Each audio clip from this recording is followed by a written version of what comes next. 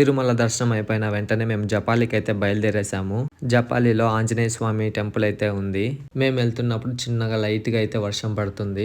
ఆ వర్షంలో ఉంది మావ క్లైమేట్ చూస్తుంటే కళ్ళు చెదిరిపోయేలా ఉన్నాయి వర్మ అనాలనిపిస్తుంది. నాకైతే ఈ క్లైమేట్ చాలా బాగా నచ్చేసింది.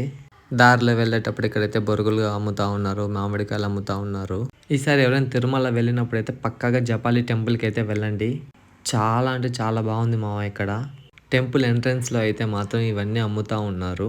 మనం పూజ చేయించుకోవడానికైతే ఇలా తమలపాకులు టెంకాయలు అయితే తీసుకోవాలి. ఇంకా టెంపుల్ని చూడగానే మావా ఉందిరా ఆ క్లైమేట్కి.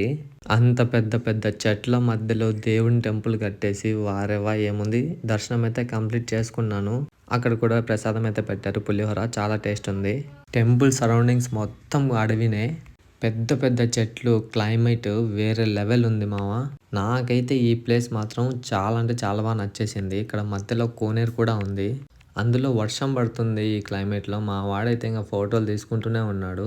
ఆ చెట్టుకి ఎందుకు అందరు రూపాయి బిళ్ళలు అయితే పెట్టారు ఎందుకనేది తెలీదు, తెలిస్తే కామెంట్ చేయండి. టెంపుల్ ఎదురుగా అయితే కోనేరు ఉంది. ఆ కోనేరు ఎదురుగా అయితే మాత్రం ఒక చిన్న శివలింగం పెట్టారు, చాలా నీట్గా ఉంది.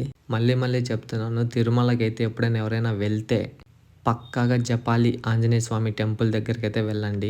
వర్షాకాలంలో వెళ్ళినప్పుడైతే ఈ క్లైమేట్ ఫుల్ ఎంజాయ్ చేయొచ్చు. ఇంకా మేము స్వామి వారిని దర్శనం చేసుకున్న వెంటనే రిటర్న్ బయలుదేరి వెళ్ళిపోయాము. నెక్స్ట్ వీడియోతో మళ్ళీ కలుసుకుందాం. Bye friends.